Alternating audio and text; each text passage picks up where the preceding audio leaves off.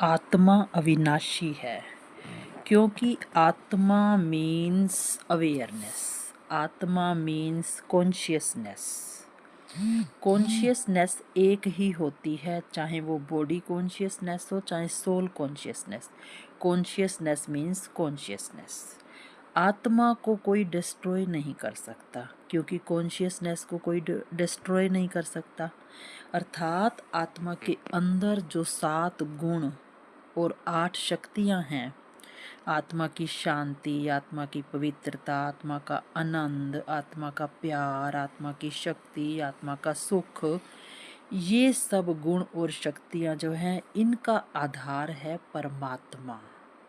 तो परमात्मा है अविनाशी, इसलिए आत्मा कभी विनाश को प्राप्त नहीं होती। और दूसरी तरफ शरीर की और मन की जो हलचल है वो है चेंजफुल, वो सदा चेंज होती रहती है। शरीर और मन हैं भी दोनों आत्मा के अंदर, यानी कि अविनाशी के अंदर विनाशी हैं। यानी कि कॉन्शियसनेस के अंदर एक एक्टिविटी चल रही है विनाशी की।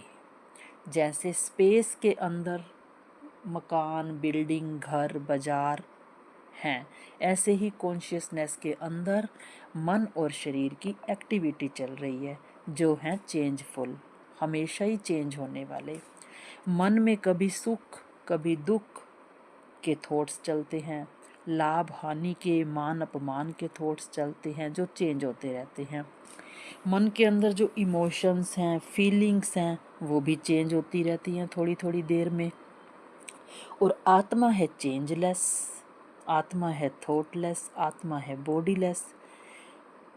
और जो शरीर है उसके अंदर जो वो सेंसेशन का पैकेज है, और उस पैकेज में घबराहट, चिंता, आनंद भी हो सकता है, रोमांच भी हो सकता है, खुशी भी हो सकती है।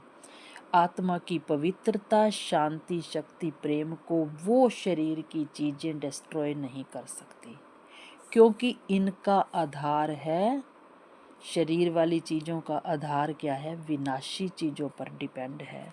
ये जो शरीर की के अंदर जो सेंसेशंस हो रही हैं, घबराहट, चिंता हो रही है, ये संसार की चीज़ें जो हैं से जो सुख मिल रहा है उन पर डिपेंड है, तो वो चीज़ें हैं विनाशी। तो एकदम से दोनों अपोजिट है, वो विनाशी उनका बेस है और इनका बेस है अविनाशी, इसलिए आत्मा डिस्ट्रॉय नहीं होती।